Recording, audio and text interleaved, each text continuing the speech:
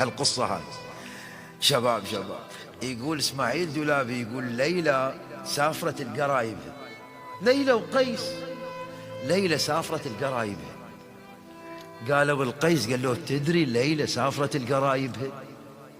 قال قال وين؟ قالوا بهاي الجهة. فجلس على الطريق ينتظر الليل مع النهار، بلكي تمر علينا، منتظر الصبوح، منتظر الظهر، منتظر العصر، منتظر بالليل، منتظر.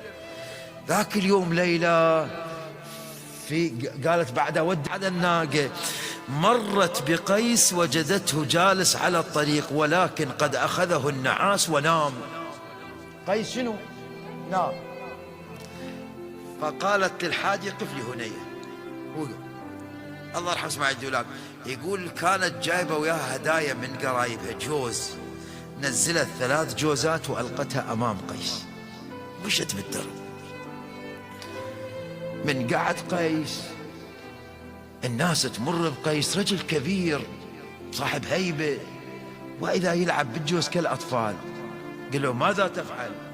قال لهم أنا لو كنت عاشقا حقيقيا ما نمت، ولكن عرفتني طفلا من الأطفال فتركت لي جوز ألعب فيه.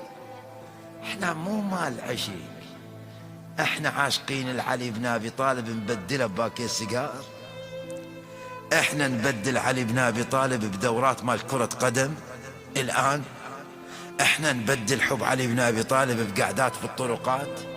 علي بن أبي طالب إني لأرجو لكم في حب علي بن أبي طالب كما أرجو في لا إله إلا الله، ولو استقاموا على الطريق على حب علي بن لأسقيناهم.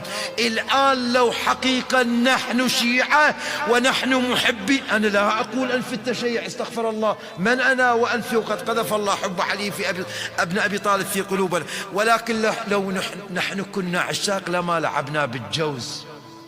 موبايلات، ألعاب، أبسط الشبهات ننسحب عن الصراط السوي.